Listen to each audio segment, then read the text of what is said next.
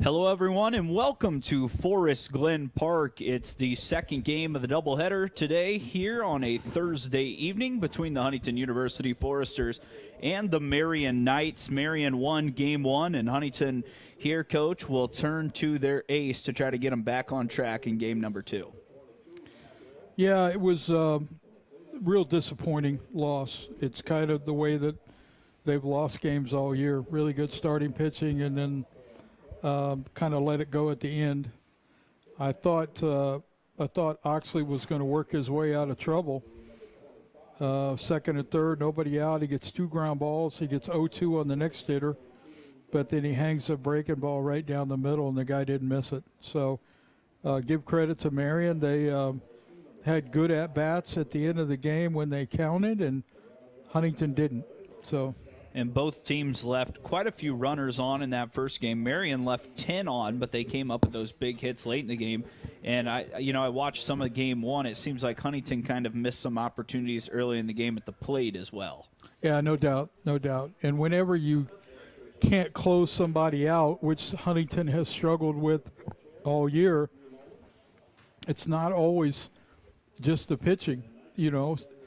You need to continue to have quality at-bats throughout the end of the game, take advantage of opportunities, and, instead of being up 4-2, you're up 7-2 or something like that, and makes it tougher for the opposing team to come back. But, it is what it is. 40 years of coaching, I've never really witnessed that many games that can't be closed out. So, but it is what it is. So. Yep, turn the page, try to win the next 3 heading into the Crossroads League tournament. As of now, though, Huntington looks like they may have locked themselves up in the 4 spot now in that tournament. For a while, the 3-2 spot was kind of up for grab. They're coming off a series where they dropped 3 out of 4 up at Indiana Wesleyan. 2 of those games were 1-run losses as well. So played with the Wildcats, just couldn't take that series. They got a big start by their freshman R.J. England, and now you kind of get to this shorter game. You lean on the Crossroads League Pitcher of the Year from last season, Graham Collin, to get you on track and kind of forget that first game, win the next 3. Well, Huntington's not necessarily locked into the 4 spot, because if Marian sweeps them, then Marian jumps over Huntington. So Huntington would probably move to the 5 spot. A lot of it depends on what Mount Vernon and Spring Arbor or Mount Vernon and St. Francis do, and so there's a lot of shuffling there that could take. I mean, if I'm reading it right, Spring Arbor shut out Wesleyan today, the first game. Wow. So I probably shouldn't say that, because I may not be reading that right, but that's what I saw. Collin delivers second pitch of the game in there for a strike. This is the leadoff man, Josh Lamb. He had a great first game. Had 3 base hits and 4 at-bats, scored twice, and knocked in a run. He also walked, ground ball to Flores, gets the high hop. Lamb getting down the line hard, and Flores throws him out in time. Nice start for Graham Collin. That gives us time to introduce the fielders behind the righty on the mound out of Homestead in his 3rd year here in the Forester Green. Nolasco Baroa in left. Deckman is out in center. Dylan Ross in right. Had a home run in game 1. Matt Wolf, the third baseman Flores, you just saw him. Paulina at second as that pitch is outside. Jordan Malott at first. Sebastian Coons doing the catching.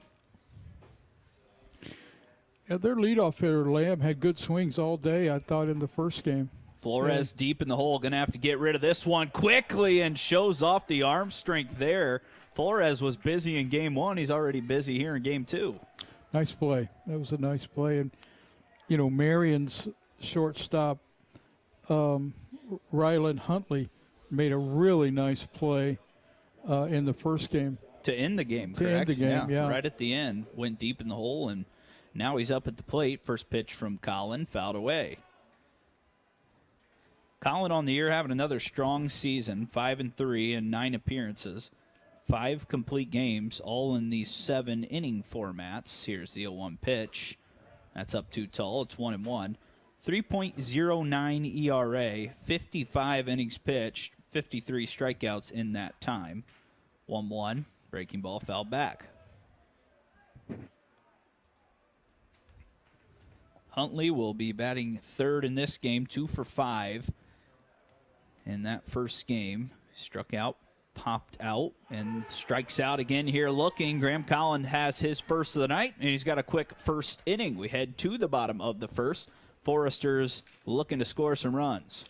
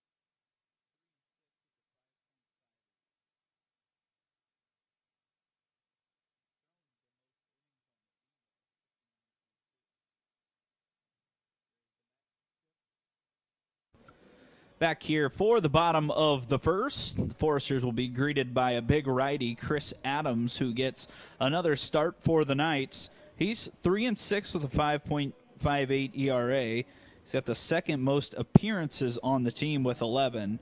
He's thrown 5 complete games as well, and he's worked the most innings on this team, Coach, right around 60 on the season. In fact, the first out he records will get him to 60 innings. So he's been a workhorse and someone they lean on to try to get them through the second game on their Thursday/Friday doubleheaders.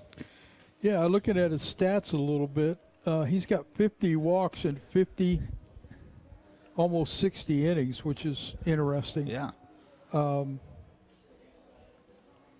Is 73 strikeouts and 59 innings. So that tells me he might have some velocity with that right arm. Could be. Maybe I'm off about that, but he will work out of the stretch against the leadoff man, Bryce Deckman. First pitch, Bryce looks to square for a bunt hit, pulls it back. It's low for ball 1. Rotors in left, Mason's in center, Barnes in right. E-step the third baseman, Huntley at short. We've talked about him. Salazar at second. The power hitting Davenport at first. Steffen doing the catching. Deckman takes a big hack and comes up empty. It's 1-1. Bryce with 2 hits in game 1. Tried to start a rally late in that game with 1 down in the 9th. Takes that one outside. 2 balls and a strike. seemed to struggle a little bit with the breaking ball from both of Marian's pitchers, kind of in the middle part of the game. Deckman lifts this one to the left side. Roaming over towards it is Roeder, but he's going to run out of room. And the count evens up at 2-2. Just seemed like he wasn't comfortable either picking it up or recognizing it. I don't know. He took some swings that weren't great, not like he normally does. Here comes the 2-2. That is a swing and a miss, and that may have been another breaking ball. Deckman is down, and Adams continues to pick up strikeouts at a high rate.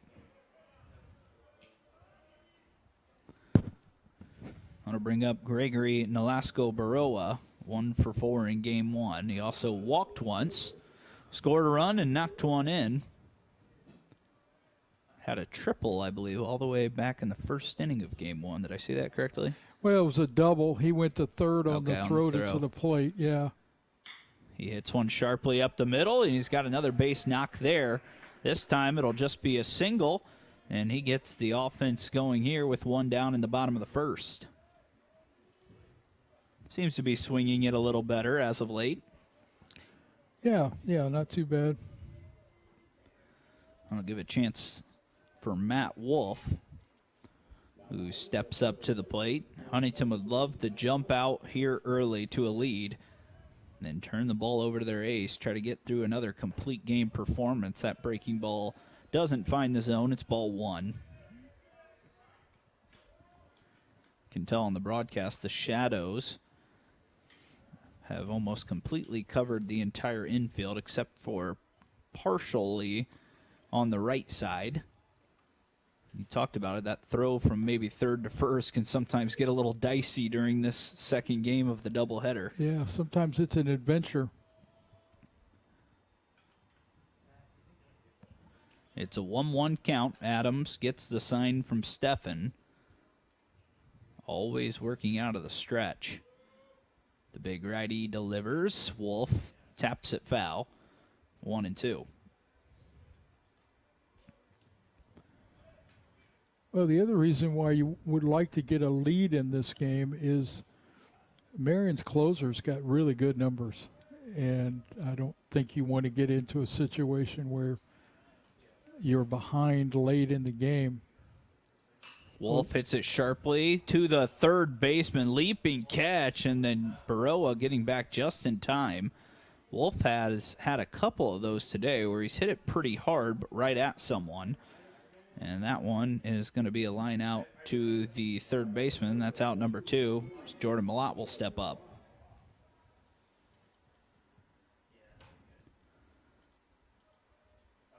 Adams, 2 outs here. Baroa still at first after that 1-out single. He's off and running. Throw from Stefan is in time, but it's dropped by the second baseman, Salazar. So Baroa picks up a stolen base. That would have been close if Salazar comes up with that one. I think if he catches that, he's out. It sure looked like it. Huntington right now 20-13 in the league. They're 26-19 overall. Marian, the team right below them. After that first game, Marian 17-16 in the Crossroads League, 22-22 overall. 1-0 pitch. Breaking ball is down too low. It's a 2-0 count. Cam Clarkson waits on deck. It'd be Sebastian Coons to follow if the Foresters can find a way to get a few more on here and potentially knock in that first run. 2-0 pitch. Malott, big swing and a miss.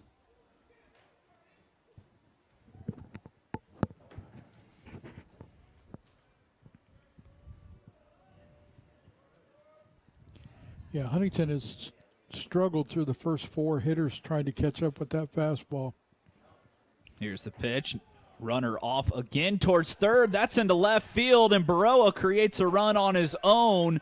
Steals second, steals third. Throwing error from the catcher, Stefan, and the Foresters play a little small ball and get the first run of the night.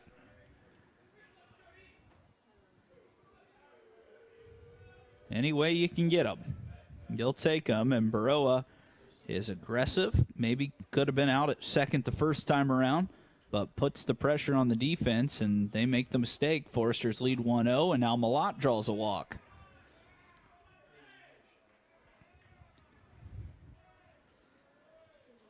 You know, it's an indication that the game has changed, because when I first started coaching, you didn't run in front of your best hitters.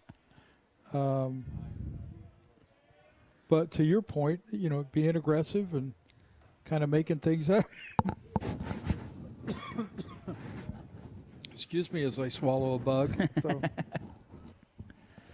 Clarkson now at the plate. Yeah, that is a good point, though. You've got your 4-5 hitter coming up who've done a lot of damage this year, and you're off and running, but it does work out. Baroa's well over 20 steals now on the season. He's been caught 5 times. Well, we thought Cam had a home run the first inning of the first game. I heard you guys talking about it. I didn't see it. I heard he made pretty good contact, caught right in front of that short wall. This time, not as good of contact. Popped up short left field, and it's dropped by the left fielder. as that one falls in somehow. Roeder came over. He was under it forever and couldn't come up with the catch. Yeah, I don't think that's the sun was involved or anything like that. That's just a drop. E7 after an E2. And now the Foresters given kind of a second chance here with Sebastian Kuhn's coming up. You know, last time we saw a left fielder drop a ball, we saw him get pulled immediately after. That's right. I forgot about that. That was against Grace. It was Rebman, I believe, was the last name in left field, and Coach Ryan Roth for the Lancers decided he's. No, I think that's the kid that came in. Yep, I think you're right, because he was left-handed. Yeah. Can't remember. I think John Joyce, maybe. Oh, okay, yep. Might have been the guy. They were both left-handed, I think. 1-0 pitch. That's right in there for a strike. Yeah, that's a long run from left field to the first base dugout. Yes. When everybody's watching you. And especially if Coons, you know, comes up with the big hit here, starts to weigh on you a little more. 1-1. Coons takes down. Good take there. It's 2-1.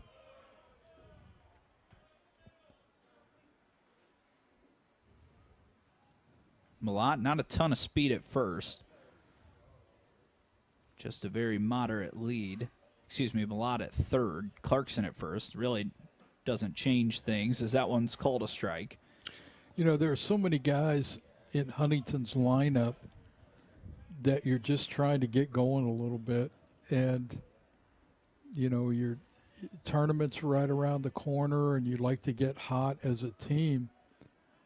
But it just seems like a lot of guys continue to struggle. And not only, you know, at the plate, but, you know, on the mound. I mean, you never know in this game. Payoff pitch. Clarkson's off. Coons lifts it into shallow center. Coming in is Mason. He dives and he takes away a hit and a run from the Foresters. And that will send us to the second inning. Mason, a couple of nice catches here today at Forest Glen Park in the outfield. That sends us to the second frame.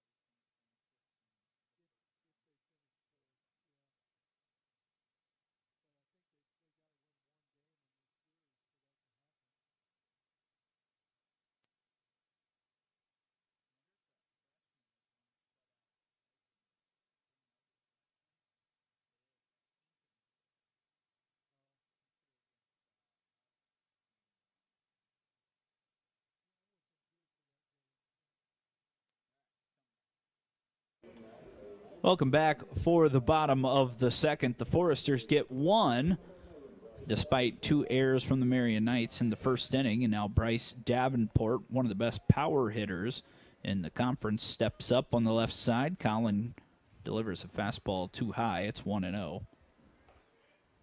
Davenport coming into today had 12 home runs. Really been slugging it. So he takes that one away. It's 2-0. It was a tough matchup for him in the first game with against Pappenbrock. And then in the last inning, Huntington intentionally walked him to load the bases. 2-1, hit to the left side. It's a foul ball. Kind of an interesting stance. Hands way back, almost behind his body. You might see it here on this camera view. can't see how his hands are extremely far behind the body, and he doesn't move his hands there. It's a second strikeout looking in a row for Graham Collin.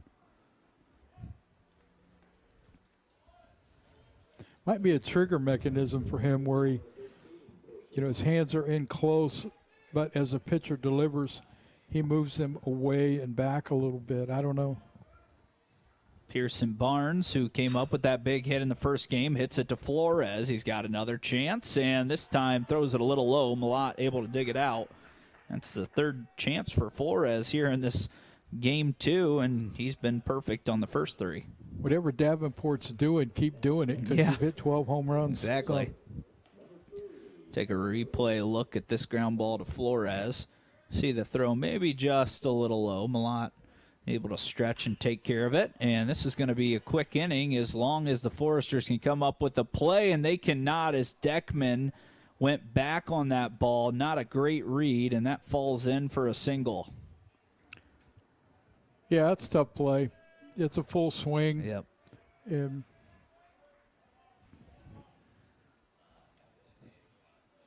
Looked like a extremely innocent pop-up at first, and like you say, those balls right at you sometimes are the hardest to adjust. That'll allow Max Steffen to step up to the plate. First pitch from Collin, right in there for a strike.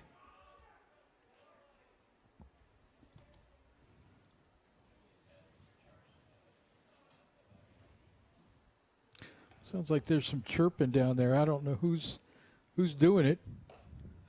Talking from the fan standpoint, so maybe there's some folks that aren't happy with the strike zone so far. I don't know.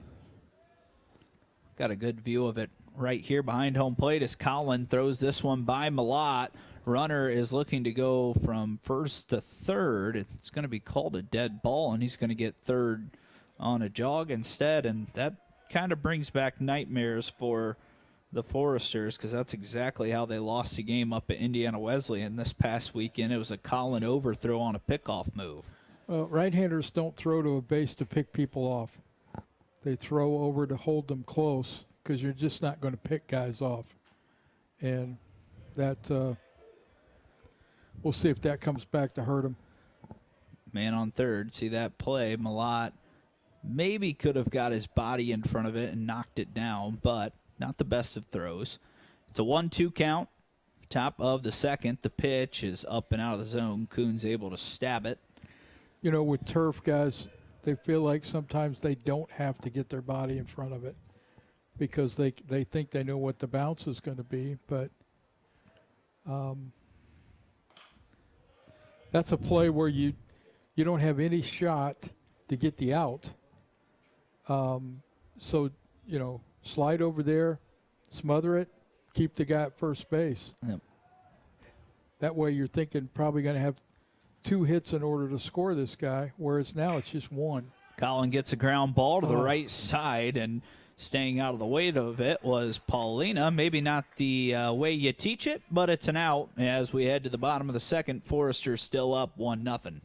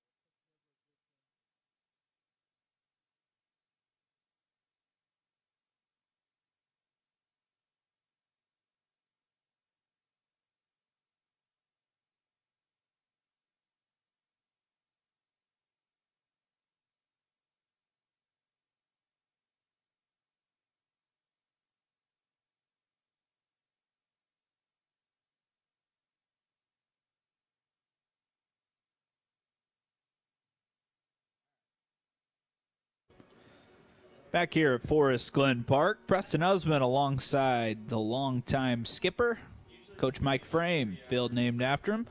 It's been a good time calling some games with you, Coach. I know we've had some frustrating ones, but it's been a real joy this year, and we've only got a few more left until these Foresters head over to Taylor for the Crossroads League tournament. And, yeah, it's been a lot of fun. I've enjoyed it.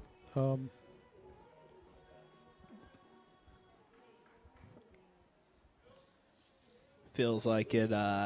You feel like it keeps you more engaged in the game, or what do you think? First year broadcasting. I don't know. I'm still trying to figure that out. Yeah, that's fair.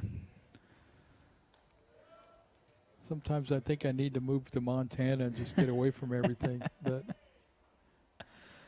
Adams gets a first pitch swing from Dylan Rost.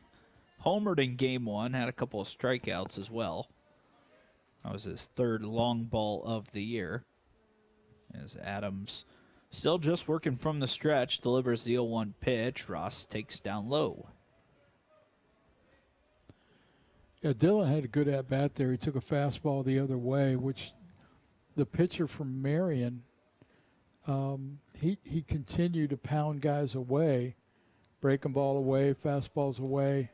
Every once in a while, he would come in, but mainly it was stuff away. And so you're hoping, as we've talked many times, that guys are going to make that adjustment and go the other way with it. And Dylan did. I mean, it was a fastball. It was up a little bit, but it was on the outside corner, and he put a good swing on it. He's getting a lot more playing time with a couple of injuries happening for this Foresters roster. He's done a pretty nice job filling in as he hits this one softly left side. It's going to be a long throw for E-Step, but no problem as he retires the first man. And now Paco Paulina will come up. And, well, we just saw Paulina make a play in the field, but maybe not as fundamentally sound as you might like to see. Kind of olayed that ball a little bit. Yeah, I don't know why he played it off to the side like that. That just kind of surprised me. Wasn't hit very hard. First pitch from Adams to Paulina is not in there. It's a ball. I don't know whether he thought he was going to have to make a throw on the run. Yeah. I don't know. That's about the only thing that you could think of there. Yeah, it was kind of a strange play. Looking to bunt for a hit, pulls back in time. It's 2-0. You know, I've appreciated him looking to bunt for a hit because he can run and at least puts that in the third baseman's mind. And he's not had the best year at the plate, respectively. I mean, he wants to hit higher than 225, 220. And if, you've struggled, maybe find different ways to make yourself a weapon offensively. And he's trying to do that. Yeah. Yeah, he had a good at-bat the first game where he hit the ball through the middle. It's 2-2 here. Adams brings the pitch. Breaking ball, swing and a miss, just waved at it. And that is the second strikeout of the night for Adams, the righty.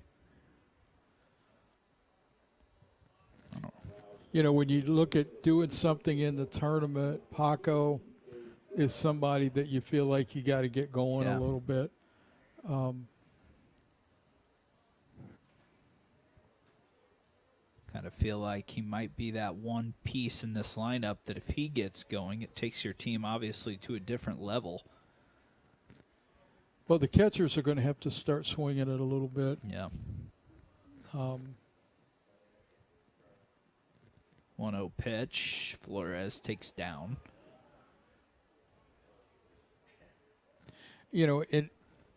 We say these things. It's not like they're not working at it. I obviously mow some athletic facilities, and you're down here mowing, and you see these guys coming down here an hour and a half early, to work on their game a little bit. So they're trying to work on it. And it is a really, really tough sport. I mean, we all know that. It's extremely hard. Right now, it's definitely hard to be a catcher. Stefan has taken 2 balls right off the left shoulder this inning. The first one was from his pitcher, Adams. That one was a foul ball from Flores. That is a position you give guys a lot of credit for. They get beat up back there sometimes. But, yeah, like you said, it's a hard sport, and sometimes you can work so hard. You might start pressing a little bit in the game, and it just takes maybe a couple of at-bats, couple pitches to get locked back in. We're just hoping that for some of these guys heading into postseason play. It's a game of having a good process. Don't worry about results. Have a good process. 2-2 pitch. That one's inside. What are the things that go into a good at-bat? What's the process that goes into a good at-bat? Focus on that, okay? And then the hits and things like that will take care of themselves. Full count, bottom 2, 1-0 lead for the Foresters. Flores once again fouls it right back off of Stephan. He's taking a beating, isn't he? He's going to need a nice bath. Seems like once you get hit once as a catcher, it happens a few more times in a game as well. He seems to just be like, man, I cannot buy a break. Hopefully they have a nice bath in that charter bus up there. Yeah. So. Be a long ride home before he can really take care of himself. Still a full count, 2 outs. Adams trying to get out of this inning. Stephan is hoping he does. The delivery. Right in there, called strike 3. It's his 3rd strikeout of the day. First time he gets a Forester down looking. First time through the order. Foresters put up 1. We head to the top of the 3rd when we come back.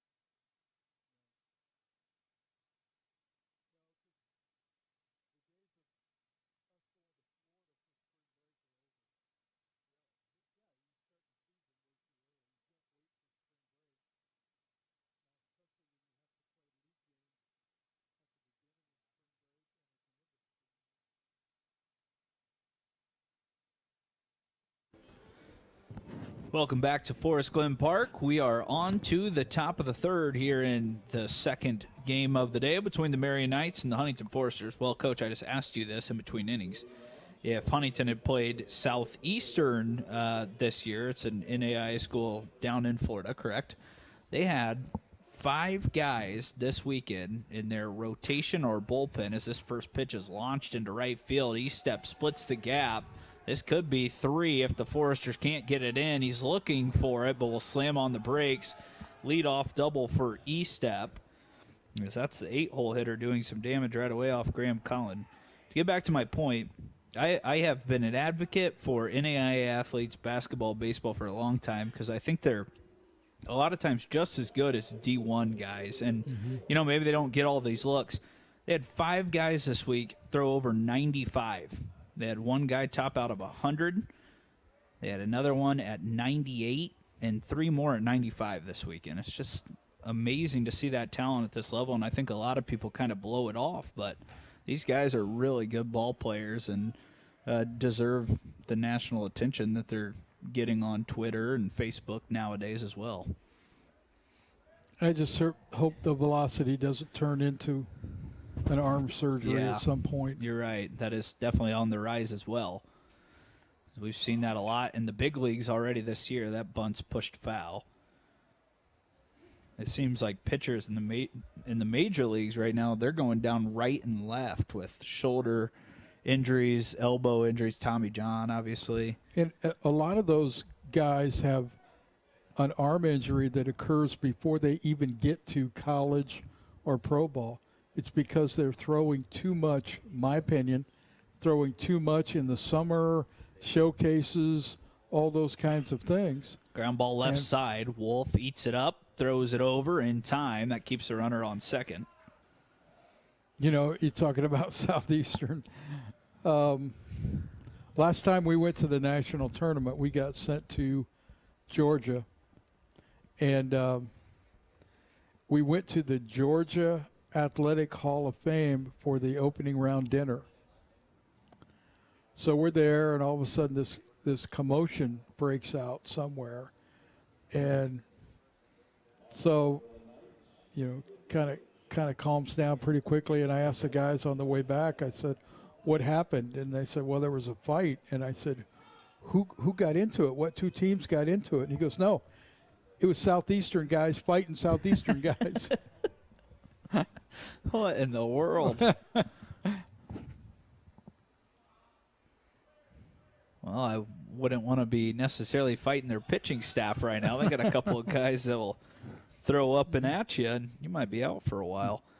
100 miles an hour, though. I mean, you talked about it. You've seen it here at this field. The only guy, I can't remember his name at the moment. 1988, Jim Lawson, who's our soccer coach's older brother, was the only guy in the country that year to throw 100 mile an hour. I did not know he was Russ's older brother. Yeah. Hadn't made that connection. Yeah. Okay. Did a lot of their games this year as well. Of course, that's the first sport we kind of get going with the new school year, and then baseball's kind of the end of it. So I've seen it all this season. 0-2. Pitch is just outside. That's a good pitch. Yep. That's a good 0-2 pitch. Josh Lamb, the leadoff man, back up for his second at bat. He grounded out to Cade Flores his first time up. Trying to buckle in here with a 2-strike count. That one's up too high, and now it's 2-2.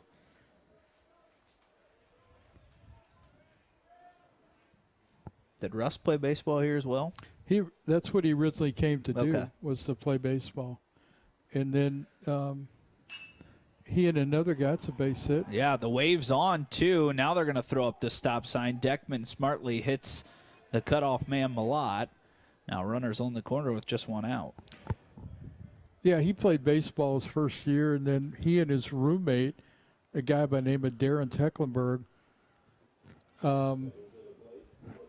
watched the soccer team practice and thought, I can help this team, or we can help this team. And so they ended up playing all 4 years. Wow. Yeah. Short lead over at first for Lamb. Now he gets a big secondary, fouled away by Salazar. Huntington maybe looking for a strikeout or a ground out here to keep this game in their favor. Just one hit for the Foresters, now 3 in the game for the visiting Knights. Lamb with that short lead again. Pitch looks like a changeup outside. It's 1-1. Going to be a tough man to double up. He runs pretty well. From the left-handed batter's box as well. Think it might have to be hit right at someone. The pitch is swatted to the left side. That seems to be his approach. Every ball I've seen him hit today has been away, away, away, trying to go that way with it. Yeah, I think, well, the first game, he's hitting against Pappenbrock, who's a left-hander and can run it up there a little bit. So that makes sense. But I think you're right.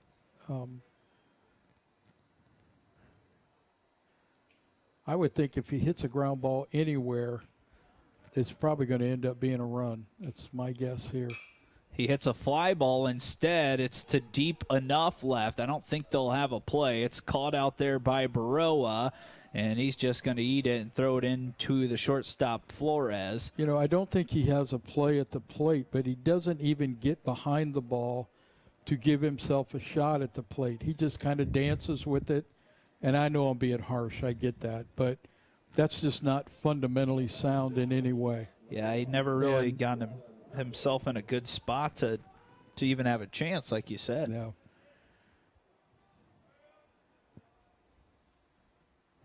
Second out of the inning, and that brings up the 3-hole hitter, Ryland Huntley. You talked about it before this game even started. Really nice numbers this season. Over a 380 hitter. They got him picked off at first. Malott throws it down to second. The throw's offline, And he's safe at second base as Lamb was able to dive past the tag of the second baseman, Paulina.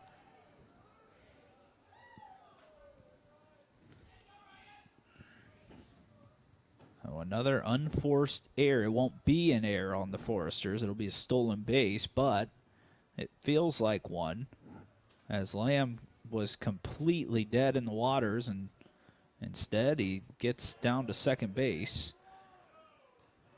It's now a 2-0 count on the hitter Huntley. See, I think I understand what you're saying about the scoring decision, but that should be an error. Yeah, I agree with you. If that's a good throw, he's out. Yeah. This is going to be a tough play for Wolf on the run. He gets the throw over there. Malat is able to make the stretch, and the side is now retired. But the Knights come back with one of their own. It's 1-1 as we head to the bottom of the third.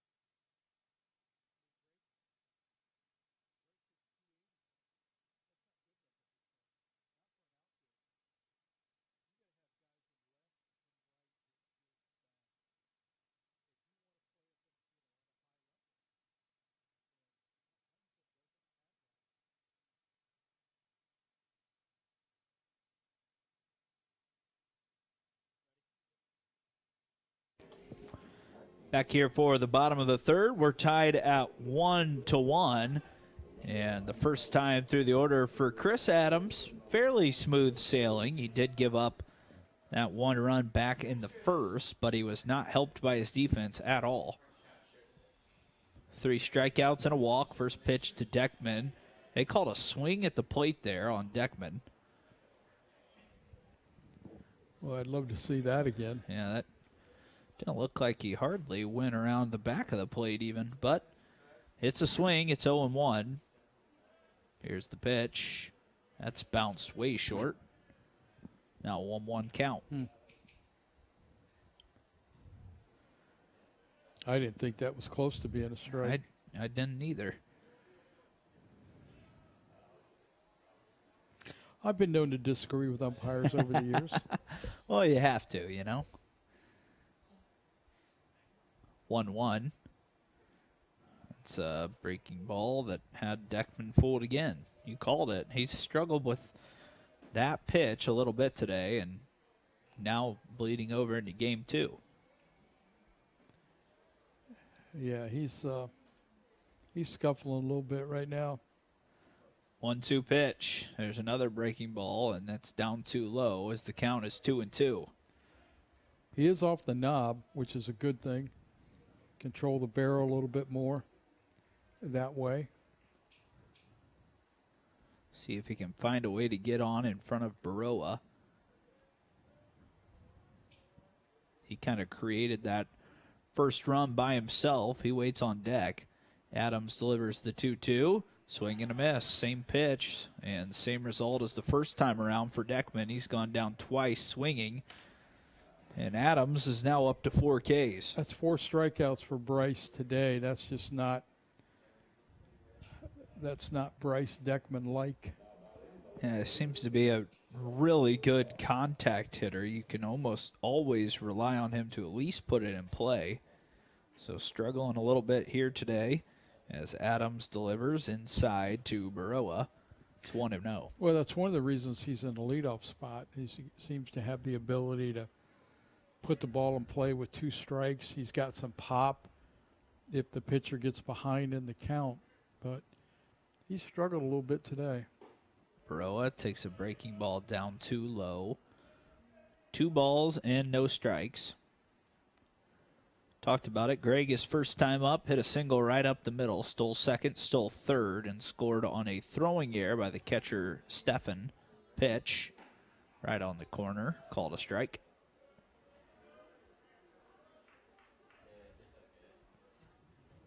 Just feels like something or someone needs to ignite this Forester lineup right now. 2-1 pitch. Yeah, it's but as I told you in between innings, it's getting late early. Yeah. And yeah, you're looking for that. You're hoping that happens, but so far, it's not. Yep, not much noise here by the bats in this second game. 3-1 pitch is right on that outside corner again. Now it's full. He can't reach that pitch because he's stepping out with his front foot. He's not going to be able to hit that fastball away. Put his toes right on the line now to maybe help with that. Let's see if he can go with it. Like you said, kind of stepping towards the shortstop, third baseman a little bit. It's got to make it tough to go the other way. See if he can adjust and find his way on. Adams delivers the 3-2. Hit right up the middle and past the diving second baseman Salazar into center field. And Baroa now has the lone 2 hits of the day for the Foresters. I think he made an adjustment there, but the pitcher also didn't get the ball where he wanted to get it. I think it wasn't far enough outside there, but see if he's off and running here early. Wolf waits in. He's 0 for 1 in game 2. Takes a breaking ball in the zone for a strike. Hit a hard line drive right at the third baseman. E-step his first time. Still kind of a routine play for E-step, but Wolf got some pretty good metal on it. 0-1. Down too low. Good dirt ball read by Baroa. He's going to pick up second standing up. that's a good job. Good job. And a fastball's tough to get a dirt ball read on. Breaking balls, sometimes you can see it right out of the hand. You know, you can go early, but sometimes a fastball's tough to do that.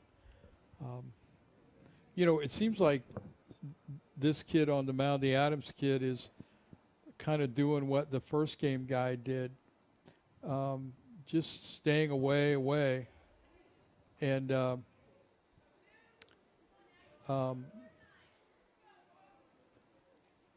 obviously he's got more velocity than the first game guy, but they're going to, looks like to me anyway, they're going to want you to beat them, you know, hitting the ball the other way or through the middle. 1-2 pitch, swing and a miss. It gets by the catcher. That's going to be a strikeout with either a wild pitch or pass ball. And the Foresters have runners on the corners. And really the only thing that has provided the Foresters any offense today is Marian's mistakes so far in game 2. Yeah, you're right. That's a tough pitch to handle. Probably still one you want your catcher to block. That's a wild pitch. Yeah. Anytime the ball hits the dirt, it's my thinking. Yeah. It should be a wild pitch. Yeah, you'd like to have your catcher block that, but that's tough. It is. And on the turf, it does take that high hop. Blocks that one this time. It's got to be frustrating out there on the mound for Adams because you make a good pitch or at least a good enough pitch and results in a base runner on first and third. 1 out. Foresters trying to find a way to take the lead right back. Malott doesn't lift the bat that time, and it's called strike.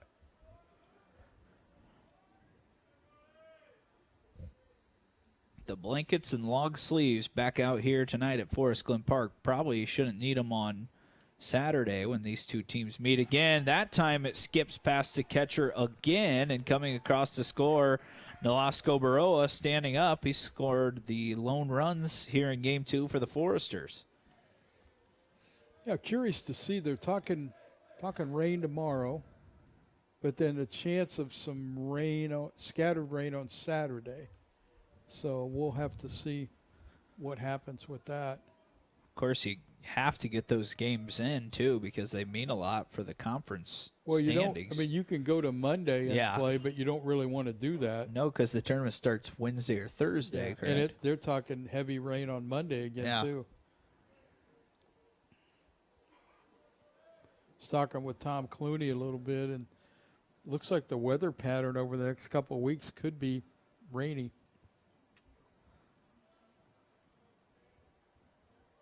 Two pitch to Malott, lifts it out of play. Count holds at 2 balls and 2 strikes. I need to tell him that even if I'm actually not mowing, I was thinking about mowing, so I should get paid, right? Yeah, Isn't for that sure. the way it works? 100%. So. And I'll just tell them I wish I was still broadcasting baseball after the season. Maybe they'll still pay me, too. 2-2 pitch. Malott hits it hard to the left side. That's going to sneak through. They're waving Wolf. There's going to be a play at the plate here. Here comes the throw from E-Step. Standing up and coming across home, Wolf. And then Malott smartly gets to second on the backside. Didn't so smartly not slide. Yeah, you're right about that. But he does kind of push a big run across, at least what seems to be a big run early in this game. Forrester's offense has been aided by the defense of Marian, and finally they come up with a base knock that kind of drives in a run, and Forrester's lead by 2. Still a little work to do. Big Cam Clarkson, who's up at the plate. Reached on an error by the left fielder the first time. Takes a good hack at that one. Fouls it out of play. I think I mentioned during the first game I had a chance to meet Cam's dad, who's up here from Louisville. We got a chance to meet him before the game, and it's nice to meet him. Cam, a really good kid and really good hitter. Still working on his game, but has definitely shown growth throughout this season. Sounds like he had a nice series at Indiana Wesleyan last weekend. He hit a ball, if you've ever been to Indiana Wesleyan's field, that was on top of the houses in right field. Well, I guess it never got there because it hit off the top of one of the trees. Malott is off and running, and he's got a stolen base. The throw beat him there, but it was a little offline. That's 2 today. Wow. I don't know what's going on. Wasn't there a story about you telling him to steal a bag? I remember this vaguely from his mother pledged. There we go. A big amount of money at Meet the Team for a stolen base from him, and he did it. Well, Cam Clarkson unloads on a ball, but it is going to be foul. He was trying to spread that lead to 4 and just a little too early on it. Well, if she pledged a lot of money for 1, what does she do for 2 in a day? Yeah, I'm going to have to talk to her between games and see what she's, or after the game, see what she's thinking. So, I wonder if that was on his own as well with a lefty at the plate. That gives Stefan a free alley to throw it.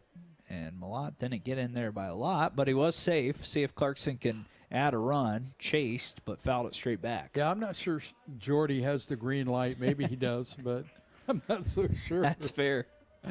That's kind of one of those, no, don't go. Oh, yes, good job. Now you'd love to see Clarkson just hit a fly ball or even a hard ground ball because the infield is drawn in slightly. Adams with the 1-2. Clarkson swings and misses. So it'll be up to Sebastian Coons to knock in that run.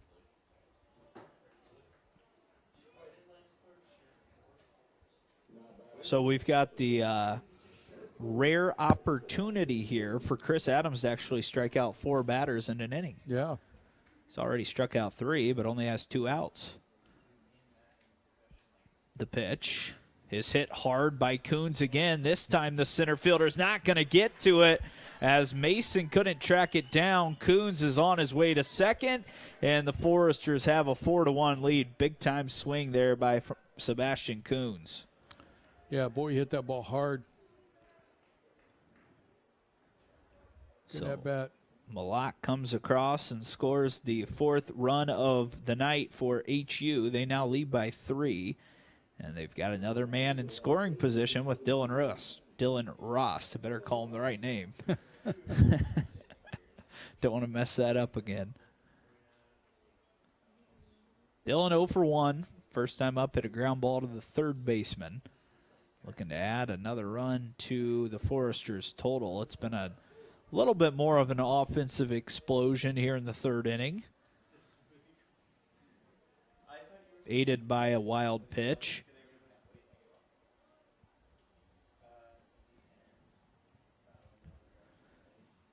Runner is Parker Richards out on second, hops a big lead. Here's the 0-1. Ross takes it outside. You know, Adams might be one of those guys that gets a little bothered by base runners. I don't know. I don't know his makeup or anything like that.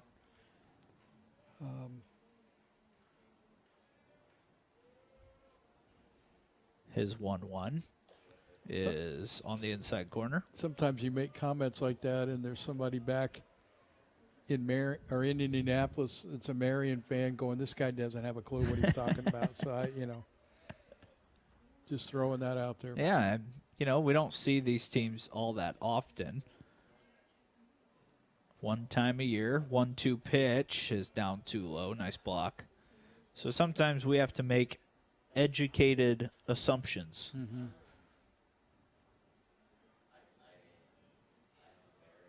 We've been right and we've been wrong this year. Absolutely.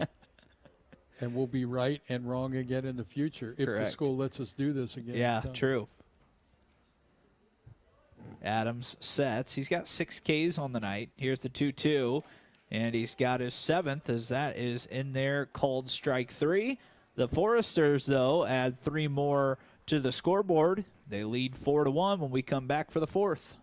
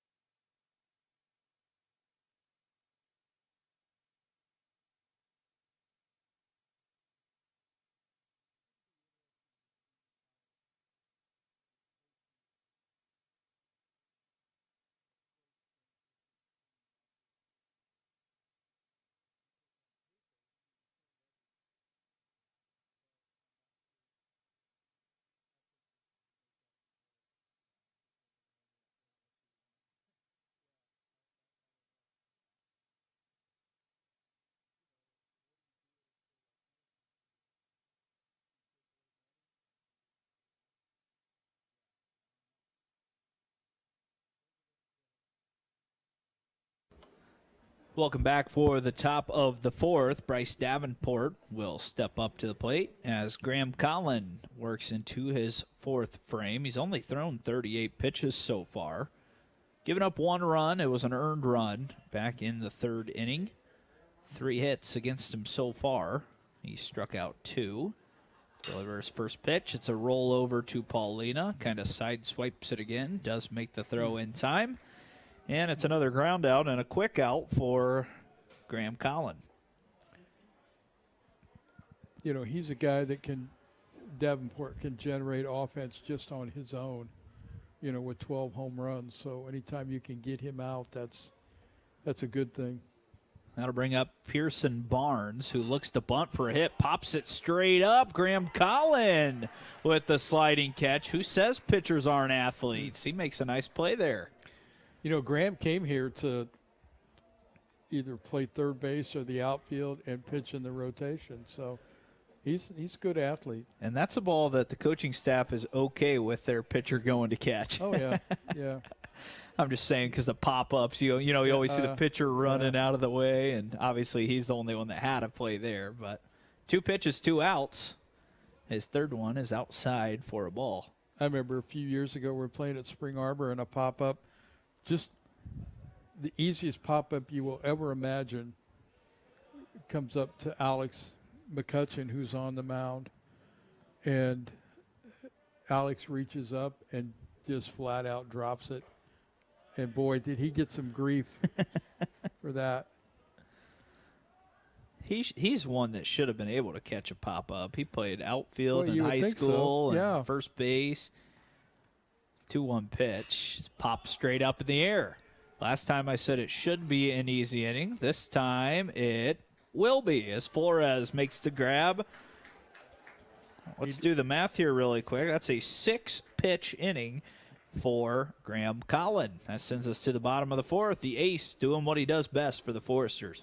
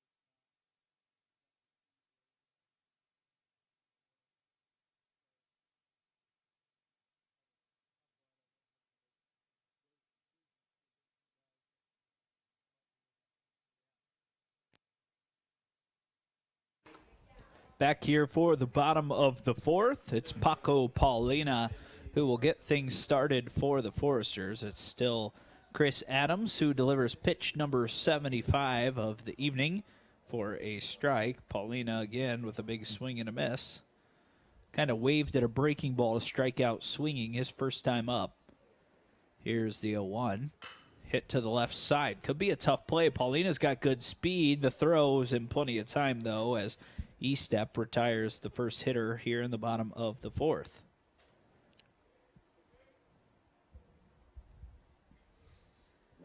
Yeah, that's a jump at the ball, bottom hand swing. It's very difficult to hit the ball hard there. Yeah, seems to be out in front of a lot of pitches as well, which is what you're saying. Flores looking to bunt for a hit, fouls it straight back. First pitch, he kind of pulled his head as he was, trying to pull the ball. And, I mean, I know he's working on it. It's not an easy thing to do. Flores takes up and out. It's 1-1. Yeah, the more you struggle, the harder it gets. And so I understand that. Adams delivers the pitch. Flores chases. It's now 1-2.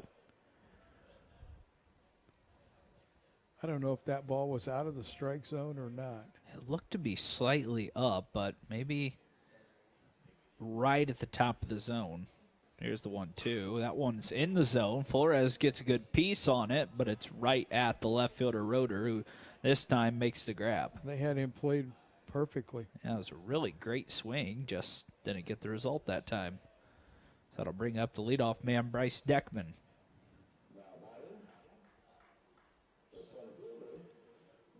You know what we should do next year is add the little strike zone box that you see on the MLB broadcast so all the people at home can get mad at the strike zone.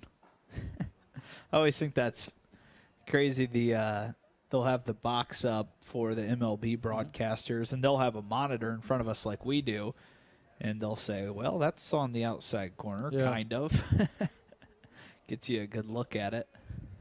We should have a roving reporter with a cordless microphone, which we have one down here somewhere, and go stick it in the coach's face, after they have a bad inning and see what they say. Those guys do such a good job because I think, some of those guys. I was watching Vanderbilt play Florida the other night, and Vanderbilt was just putting a spanking on them. And so, Kevin, I think it's Kevin Sullivan, he handled it really well, and I just don't know if I can do that.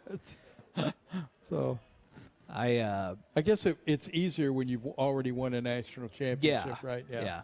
Yeah. So I did Ball State baseball and softball for a long time while I was there, and I would do, I guess you call it dugout reporting in between innings occasionally with both coaches. Here's the 2-2. Deckman swings and misses. It's 5 times today. Yep. We'll actually just keep it right here so I can tell you the rest of the story, because I guess the audience can listen to it as well. We had a Ball State softball game against Central Michigan, and they wanted me to do interviews with the coaches in between innings. As you see this replay, Deckman continues to chase that breaking ball here this afternoon and evening. I go down to the Central Michigan coach, who's, I think, being either one hit or no hit so far in the game, and I said, what kind of approach do you guys need to change, or what kind of things do you need to change to start getting the offense going? And she just looks at me and goes, everything, walks away. That was it. One question interview, and that's all. And so I said, well, we'll send it back to you guys up top. I have a hard time with that. Even I'm not the coach here anymore. Yeah, I realize it's my son, but, after that first game today, man, I'm just like, I don't want to talk to anybody. Yeah. Just leave me alone. Yeah. And you get frustrated at that, but those guys do a really good job with that. They really do. And those reporters have to sometimes be going, I don't want to go in that dugout. Oh, absolutely not. So, and I've had those conversations here at HU. Corey Alford gets beaten overtime by IWU when they had a chance to win it at the buzzer, and he comes right over after the game, and he's going to interview. And it's like, man, what do you really say? And, thankfully the coaches here are always very grateful for the coverage, and they come over. And even Thad, before the season, I talked to him. I said, hey, you can come over after wins, you can come over after losses, you can come over after both. And he goes, I'm going to come over after both because the fans and the crowd deserve to hear my thoughts, even if it wasn't our best night. And I respect that out of all the coaches here that are willing to do that. I know it's hard. Yeah, it is. This ball's shot into left field, kind of a jam shot single for Steffen as he gets the inning started. Another leadoff man on here for Marian.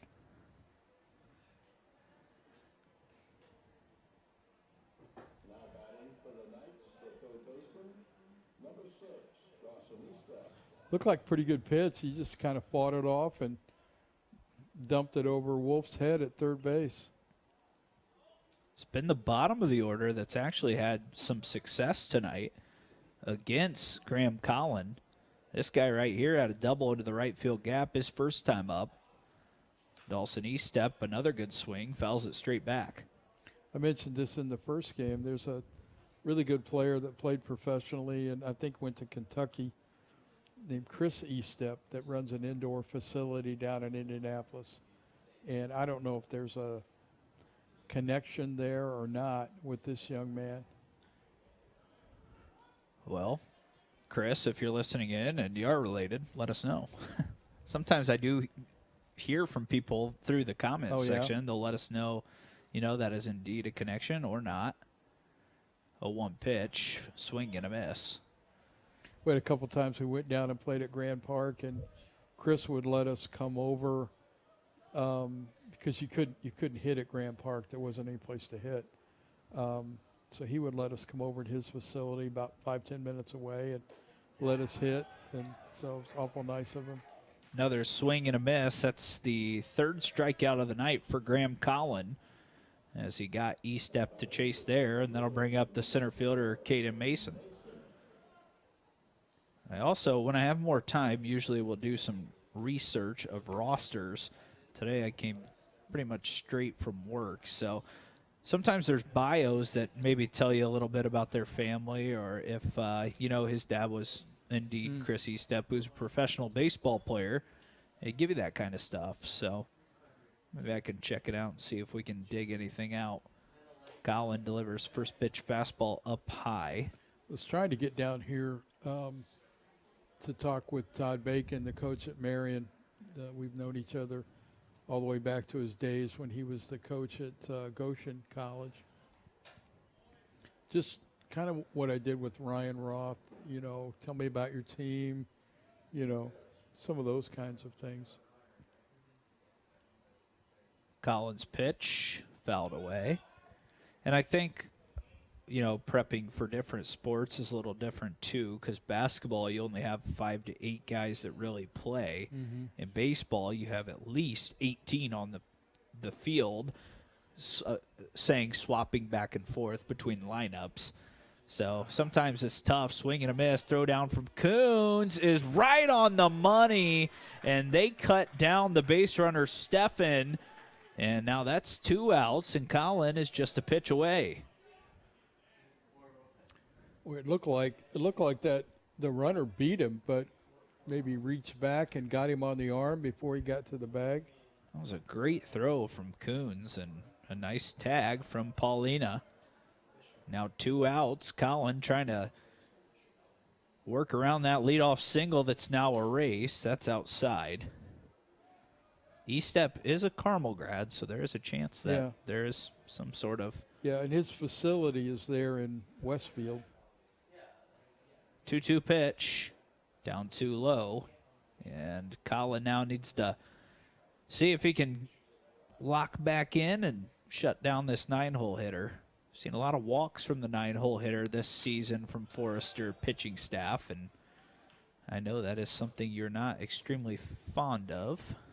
That's why I have this white, grayish stuff on top of my head, one of the reasons. Yeah. So we've got a comment from Joey Butts. Dawson Estep is Chris Estep's son. So there you go. Joey comes to the rescue. Good job, man. See, I told you, if I don't know, I'll ask. Wow. And someone will give us an answer. So shout out Joey Butts for... well, shout out to me, too. Oh, yeah, of course. Well, you knew it. Kidding. Like I said, hey, sometimes we make guesses or assumptions, and sometimes we're right. So you were right. And in his facility is called Round Tripper, it looks like. Yep. So you're 1-2. You just throw out a runner at second base. You're pitching to the 9-hitter, and you can't close the inning out. Yeah. That's it's just not what good teams do. And to be frank, that's what's hurt this team a little bit in late game scenarios. Flores going to have to be quick with it again. Throw across his body, sails off the front of the dugout. The runner goes from first to third, and safe at first is Josh Lamb. So as you said, yeah, you got to close out the inning. And I know Graham's not trying to walk a guy, but just get it done. It's going to be an E6, second air of the night for the Foresters. Now, and I would say the same thing for Marian. It's just, it's what good teams do. Good teams go get that hitter, get him out. Let's get in the dugout. We've got some momentum throwing the guy out at second. Let's keep that momentum on our side. But obviously we didn't do that. Now you're just trying to shut it down completely and get out of the inning with no runs. Salazar is 0 for 1, but he hit a sac fly back in the third. It's interesting that Graham is throwing to first, but the guy's got no lead at all. Swing and a miss. Yeah, Lamb over at first kind of gets almost a walking lead once he believes the pitcher is going to start heading home, but his initial lead, he's trying to time it. He could fall back on the bag. 0-2 pitch, up and out. I think this is a key point in the game. Can Huntington get out of this with no runs scored? And can Marian put a couple hits together with their, some of their better hitters up? Let's see. Hit hard up the middle. Paulina picks it up, makes the throw over, and Graham Collin puts out the fire. A walk in air, nothing to show for it. due to a big throw by Sebastian Coons in that inning as well. The Foresters will take a 3-run lead into the bottom of the 5th. You know, I'm sorry. No, you're good. Joey's somebody that came here to hit and pitch at the same time. And he would tell you that to this day, if he were sitting here right now, he would say he should have been in the lineup every day. You know, that's what he would say. And I don't know that he's wrong. I mean, he's, you know, right-handed thrower, big left-handed hitter, you know, could drive it a little bit. So, you know, Joey, I'm sorry. I messed up your career. So, but I love you. Hey, he's still coming back and tuning into games, so you must have made him happy enough during his time here. Great family. Really enjoyed getting to know his family. And tell you, Joey's senior year, when he started out, until he hurt his elbow, he was as good as we've ever had. And am I thinking incorrectly? Is Joey still trying to get back into it? I thought I saw that on social media. Yeah, he's had Tommy John surgery, so he's trying to get another shot at it. And I know I say this all the time, but just wish him nothing but the best. You know, those guys that play for you and stick it out, you just, you know, you love them to death. So it'll be Nolasco Baroa who gets things started here in the bottom of the 5th. He's had a nice game offensively, 2 for 2, 2 runs scored. It's put a lot of pressure on the defense when he's been on base.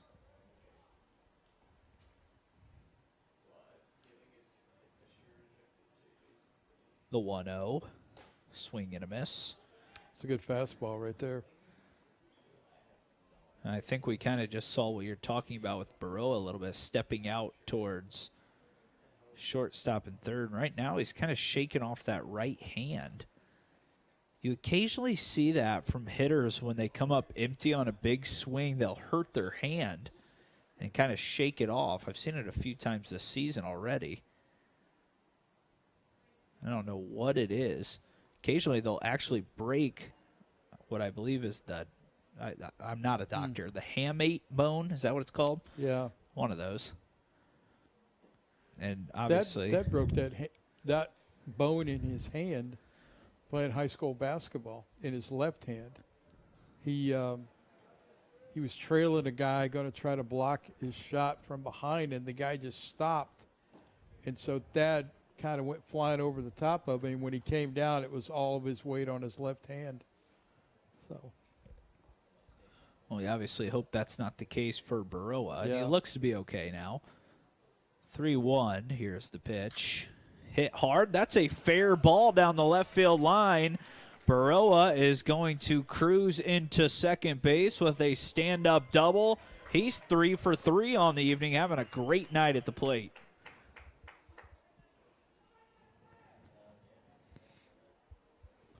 Ball was torched. Got some activity in the Marian bullpen. Looks like a left-hander. Saw lefty in game 1 out of the bullpen as well. So maybe a change coming soon as Matt Wolf now steps up to the plate. Cam Clarkson, the lefty, is just 2 batters away. But I think if you're Marian, you got to think about stopping the Foresters scoring right now as soon as possible. First pitch down low. Runner is off to third, and it's another aggressive decision by Baroa. Got a dirt ball read and picked up an extra 90 feet.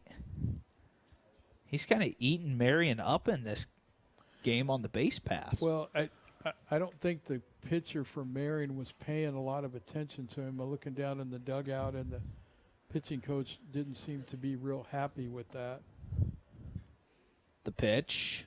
Down low, it's 2-0. Especially when it's Baroa, because he's ran before. They did give him a steal, so I couldn't quite tell. It was blocked off if he was going right away. Okay, yeah. I missed that part. That's his 3rd steal here in this second game tonight. Here's the pitch. That is down too low again. Now it's 3 balls and no strikes. I would think that with Clarkson up, that they'll probably, if they bring the lefty in, there's probably going to be somebody else that's going to hit. I might be wrong. 3-0. That one's in there for a called strike. Wolf 0 for 2. He did get on last time after he struck out, reached on a wild pitch. This time he walked, so he's on for the second time tonight. And it's runners on the corners with nobody out. Foresters have a chance to try to start putting this game away. And, you know, Coach, this is what you've talked about all year long. Have to find a way to put these teams away. And it looks like they're going to have to do it potentially against the bullpen for the Marian Knights. That will be the case. The night is over for Chris Adams. We're going to take a short break. We'll introduce you to the new pitcher when we come back.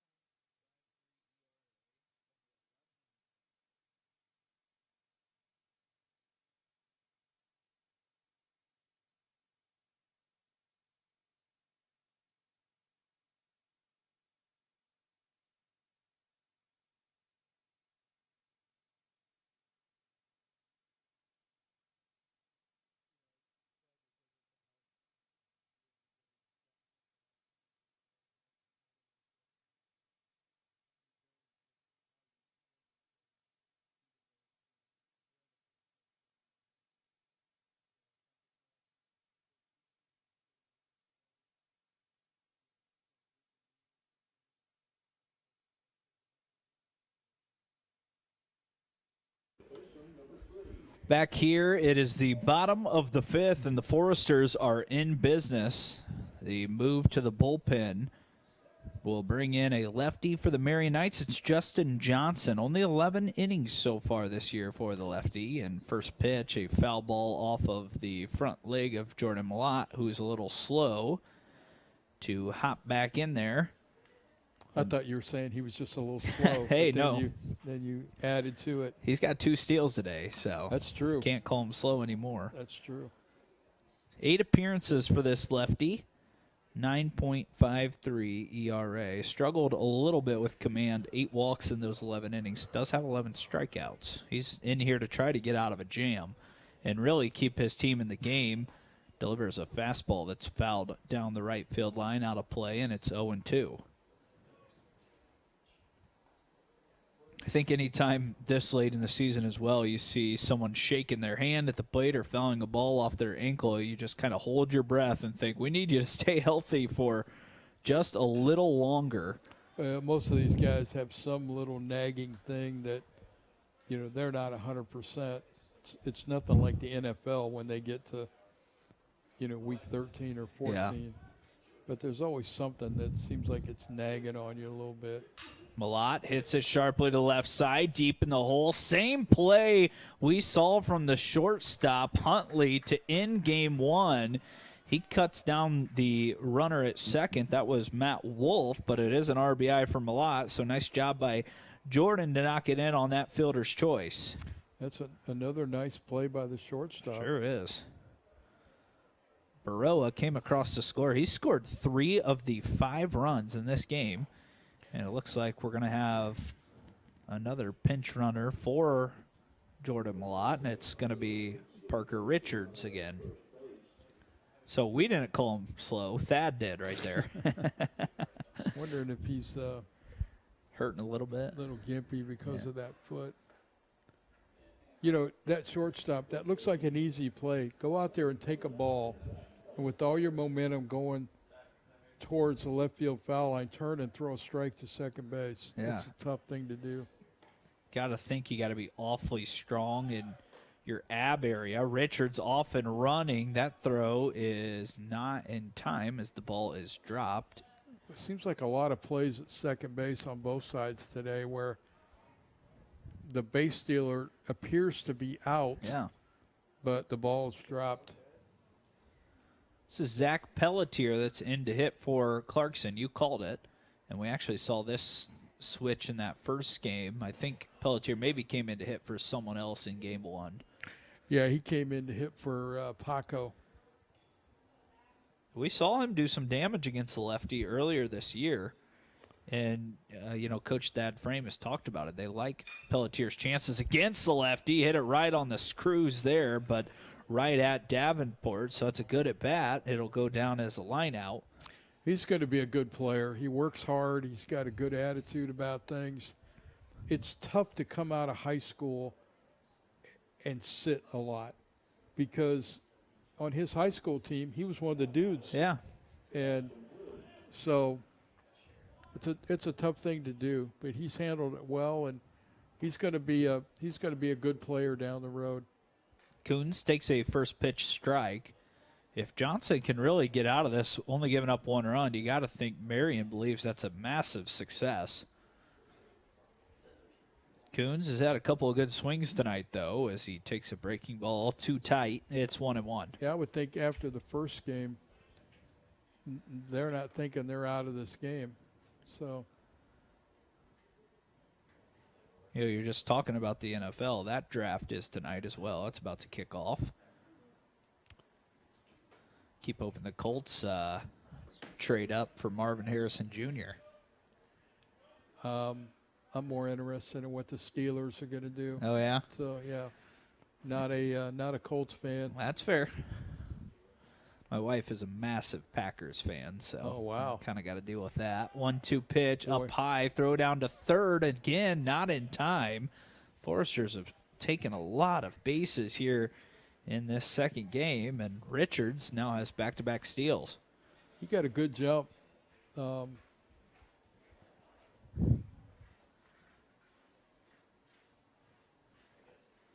The Packers never have to worry about quarterbacks because they always just draft generational talent. That's so true.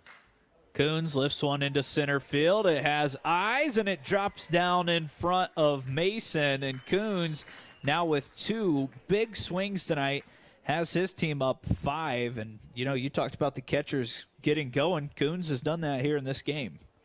It's good to see Sebastian hit the ball the other way in that situation.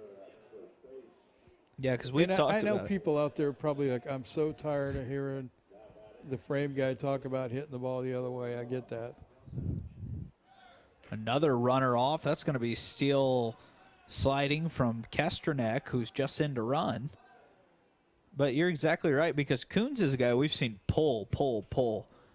That time he shot it the other way, and it led to a run. And he didn't hit it that hard. It's just a part of hitting. Sometimes you pull a ball hard and you get out.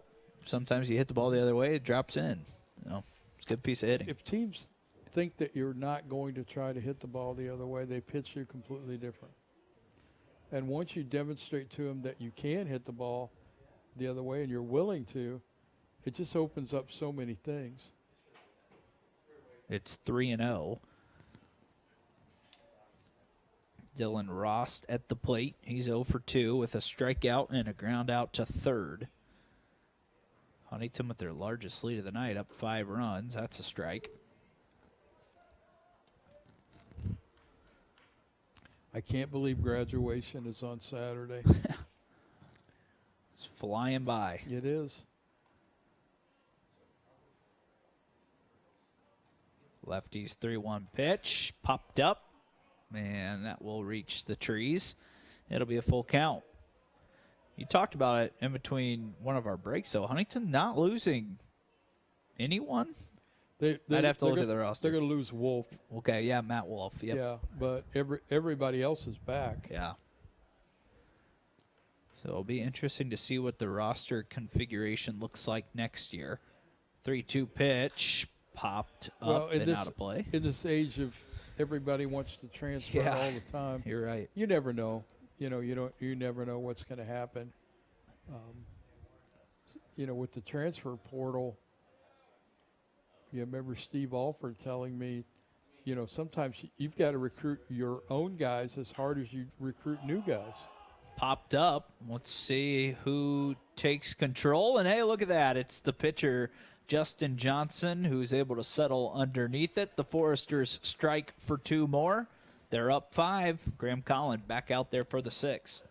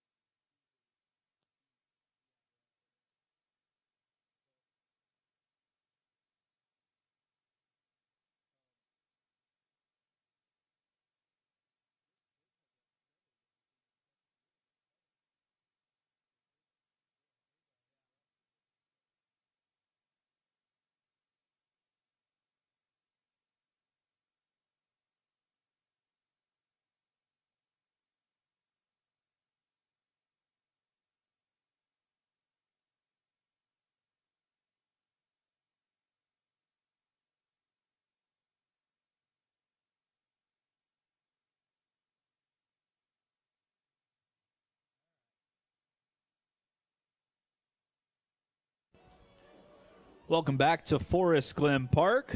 Under the lights for game number 2 between the Marian Knights and the Huntington Foresters. As the shortstop, Rylan Huntley, will get things going in the top of the 6th. Graham Collin delivers first pitch, strike, as that one's fouled out of play. Man, Collin has been ultra efficient here in this game. He is just now 64. Wow. And here comes number 65, and it's another strike, a swing and a miss. Bring you back again on Saturday. What do you think? That's something you think about, though, going forward. How quick can you turn someone around in the Crossroads League tournament? It used to be at the Major League level a long time ago.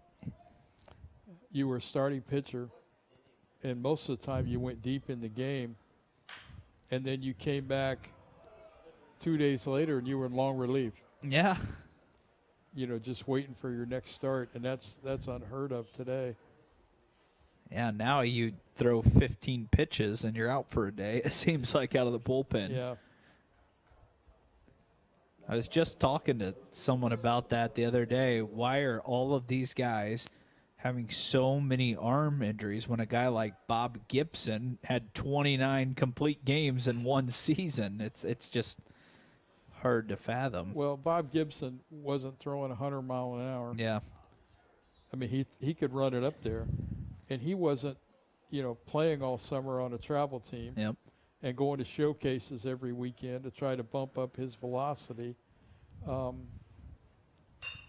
This one's lifted back into deep center. Deckman right in front of the track makes the grab. Brings in the old question, Preston, of weights. Are they good, bad? The old guys, when it came to doing stuff in the off season, they would go out and swing an axe and chop a tree down. Yeah. They would do some stuff like that. And I don't know enough about it. I'm not a physiologist to know if, the benefit or lack thereof of weights. But you wonder about that, because it used to be people said, baseball players don't lift weights. So I don't know. Yeah. I do think there are too many kids that are throwing full speed when their arm is tired. Ground ball could be 2. Flores backs up on it. Paulina with the turn, not in time, as that'll go 6-4 for the fielder's choice. Pearson Barnes just beat that out. Huntley cut down at second, so 2 down with Johnny Roeder coming up. We've got a fan giving us some more information. Again, it's Cindy Oxley. I'm assuming Adam's relation, potentially mother. She said Adam and Dawson won the state championship together in high school, and Chris Estep was actually their high school head coach. Oh. So there you go.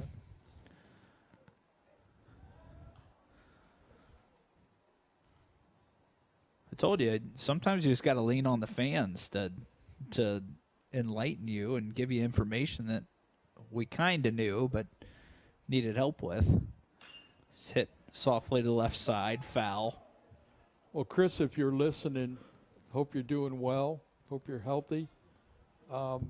You've been very good to this program, helping us, with a place to work out throughout the years. And so certainly wish you all the best. So. Swing and a miss. That being said, tell Dawson to stop hitting doubles into the gap. Yeah, no, I'm just kidding. Not real excited about that. No, he's had a good afternoon here today. It's 0-2, and the pitch is up too high.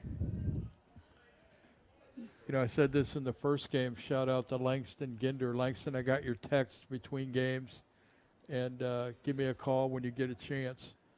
Hope things are going well down in Cincinnati. Swing and a miss. Graham Collin shuts down another rally. That is the fourth of the night for the junior righty. And the Foresters now just 3 outs away from closing this one out. They're coming back up to the plate in the bottom of the sixth.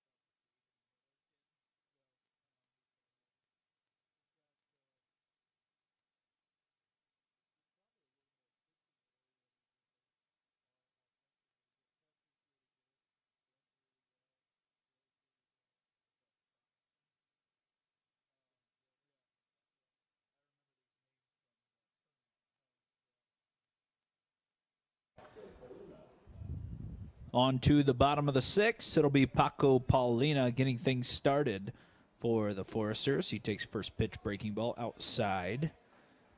Lefty Justin Johnson came in and gave up a run, but it wasn't his run. He actually gave up two. Both of them belong to the starter, Chris Adams, and there's a called strike on Paulina. It is 1-1. A cool night, but a nice night here at Forest Glen as this one's popped out of play.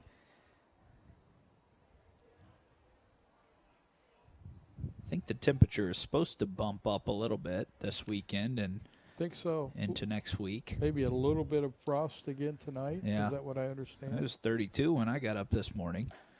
That one's inside. It's 2-2. Thankfully, no snowflakes. Boy, amen to that. We've really had a good spring in terms of baseball. You're right. Season. 2-2. Grounded to the left side. Up on it. Huntley makes the throw over. Paulina is down for the third time tonight. He's 0 for 3. That'll go 6-3.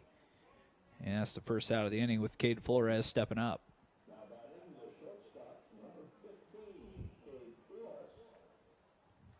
Bottom of the order for the Foresters tonight. You talk about wanting to get 1 through 6, 1 through 7. The bottom of the order in this game right now is a combined 0 for 7. Mm-hmm. So that's been a struggle for the Foresters here today.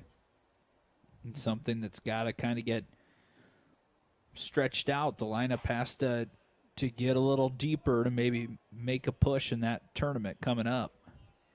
I think the biggest question for this team, who's going to throw in relief? Because you're playing 9-inning games. Yeah. And, guys are just not going to finish 9-inning games. Here comes the 1-2 outside. It's now 2-2.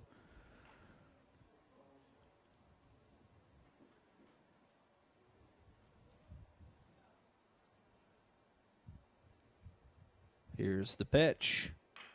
Ground ball right side. That's right at the first baseman. Able to pick it up and beat Flores to the bag is Davenport. That'll go 3 unassisted. And that flips the lineup over to Bryce Deckman. If you even want to stretch the lineup further than that, the bottom 3 plus Deckman, they are now 0 for 12 combined. So that's a lot of guys in your lineup who struggled in this game. And Deckman, a rare 3 strikeout game. This time he drives one right back up the middle, and Johnson, flat on his back, watches it fly by. Better swing there from Bryce. This is such an atypical day for Bryce because I'm not sure I've ever seen him strike out 5 times in a doubleheader. Every baseball player does have that day. It's a tough thing to do. A lot of people feel like hitting a baseball is the hardest thing there is to do in sport. Yeah, I would agree. Take a round bat and a round ball, and you're supposed to hit it square. So that's. Meanwhile, you have as much time to react as you do to blink. Yeah. I mean, it's that crazy. Talk about those guys from Southeastern currently. When the guy's throwing 100, you have less than a second to decide if you're going to pull the trigger. Yeah. It almost seems impossible when you think of it that way.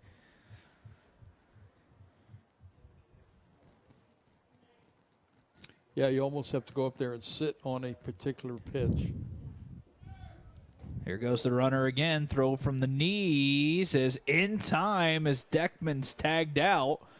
Finally, a second baseman squeezes one, and that cuts down the runner and Bryce Deckman, and that'll take us to what we hope is the final inning of the night. Graham Collin trying to finish what he started.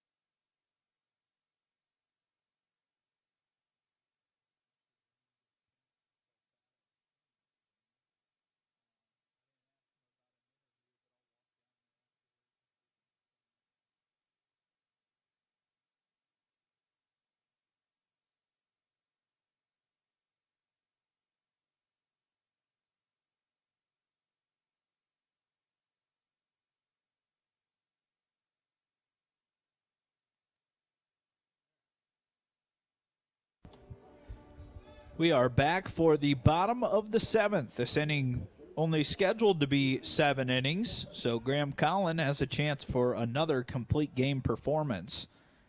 He's gone 6 innings, 1 earned, 4 Ks. His first pitch is hit hard and just foul by Max Steffen, who's 1 for 2.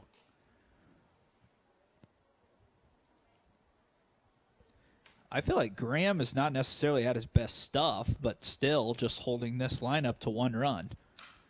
Steffen lifts one to left field. Nolasco Baroa roams back and is able to track it down. 2 pitches, 1 out. Steffen is 1 for 3 now on the night. And that's kind of what you need from your ace sometimes. He hasn't had the big strikeout numbers. He hasn't been, I wouldn't say dominant, but he's been good enough, and his good enough is better than most. And, Marian is a good offensive team. You look at their numbers, they came here hitting .320 as a team. Wow. That's pretty good. Yeah. 1-0 pitch, fouled away. 1-1. So I've always felt like Marian plays with a toughness. In order to get them out, you're going to have to sometimes be tougher than they are. There's Dawson Eastep again. He dribbles this one through the left side. He's 2 for 3, and that'll bring up Caden Mason. And you look at it on the scoreboard, Huntington has 6 runs, 7 hits, 2 errors. Well, on the other side, Marian has 1 run, 6 hits, 2 errors. So you look at the hits, not a big difference, but when they have come, have been the difference in this game. Collins' first pitch up and out of the zone. Good friend of mine who was an assistant coach here for a while, Dennis Cass, coached the Indiana Bulls when Dad was coming through, when Dad was 16, 17, 18. Denny's in the Indiana Baseball Hall of Fame, but Denny would always talk about the baseball's a game of win, and it's to what you just mentioned. It's when do I get my hits? You know, do I get them with men on base or with nobody on base? You know, that kind of thing. And Denny used to talk about that 6-inch playing field between the ears. Mm-hmm. 1-1, 1 out. 6-1, another pickoff. Colin has gone over there a couple of times. Wouldn't expect Eastep to be going in a 5-run game when they need 5. Collins slipped there, and now he's going to get a free base as he makes his way up to second. So that erases the double play ball.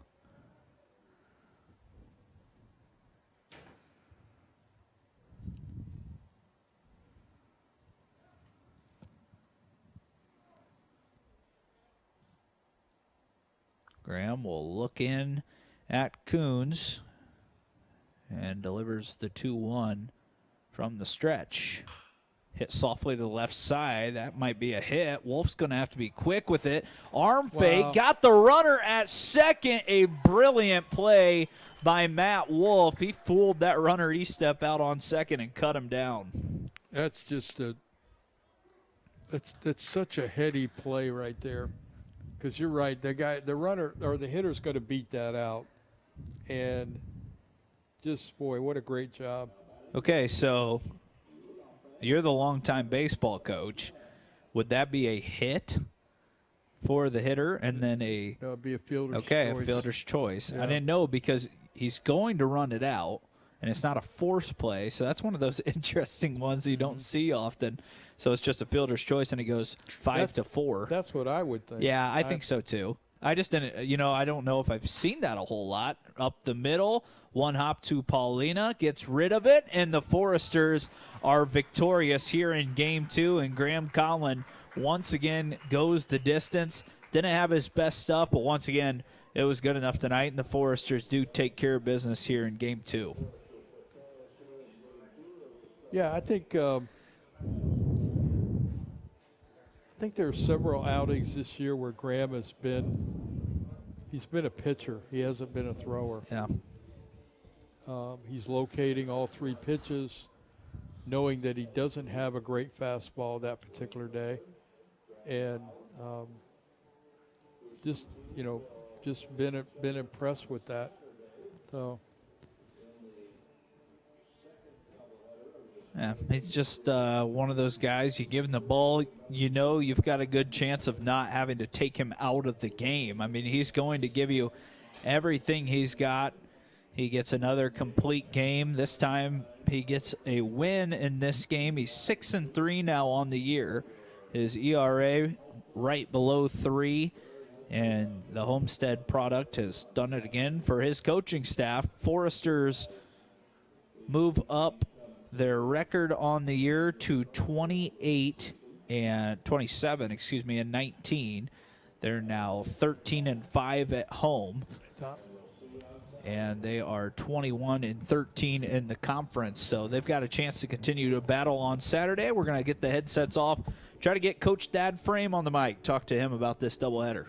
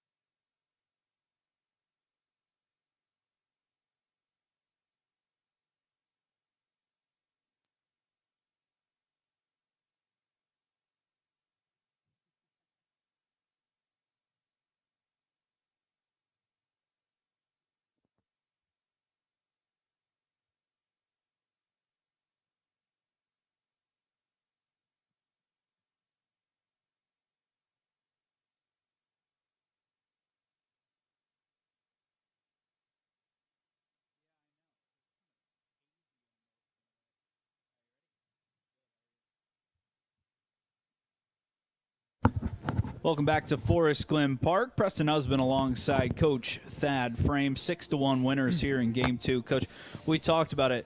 Graham Collin didn't have his best stuff tonight, but not having his best stuff is still a lot better than most pitchers in the league. He once again goes the distance, and you guys pick up a much-needed win here in Game 2. Absolutely. I mean, a big bounce back after Game 1. There's nobody else you'd rather have on the mound in that situation to kind of carry our team and get some momentum. So I thought he did a really good job. There were maybe just a couple times I felt like he was in a little bit of a pickle, and he worked himself out of it with some good defensive plays too. And your bats come to life a little bit there in Game 2. I thought Nolasco Baroa had a really nice game at the plate. He's kind of started to come on here at the end, and that's big for you guys late in the season. Yeah, I mean, when you talk about who won the game, in my opinion, in the second game, it would be Graham and then obviously Greg swinging a bat. So not only with his hits, but also what he was doing on the base pass. He just creates chaos, and he creates fear with another team when he has that kind of athleticism. So he got our team going a little bit and did a couple hustle plays. So really proud of him for his effort today. So you start looking ahead to Saturday now, and of course after that it's conference tournament time. So what takes your team to the next level and gets you guys to the next level playing your best baseball late this season? Yeah. I mean, I was disappointed the first game. I thought we lacked some toughness offensively, especially in some key at bats with a runner on third, less than 2 outs. So the message doesn't change. We've been talking about it all week, and we're respecting our opponent, obviously with Marian this weekend, but. We didn't do any scouting reports. We're really just trying to focus on ourselves and make sure we're the best team that we can be at the end of the year. So there's some things we got to clean up tomorrow. It's going to be rainy, so we're probably going to be in the film room and just sit down and talk. But at the end of the day, personally, I'm just looking for guys that when the moment comes, they're going to be tough enough to get it done. So that's what we're looking for right now. All right, Coach. Well, thanks for coming up and chatting with us. You guys win 2 more. Looks like you're trending towards that 4th spot in the tournament. Take care of business on Saturday and in the regular season on a positive note and see what you can do in that tournament. Absolutely. Right. I appreciate it. Yep, we'll see you on Saturday. Yep, see you. Coach Thad Frame joining us for a post-game win interview. We will have the final 2 regular season games here at Forest Glen Park on Saturday. Stay tuned on social media for time changes as far as the weather is concerned. And Coach Mike Frame and I will talk to you on Saturday.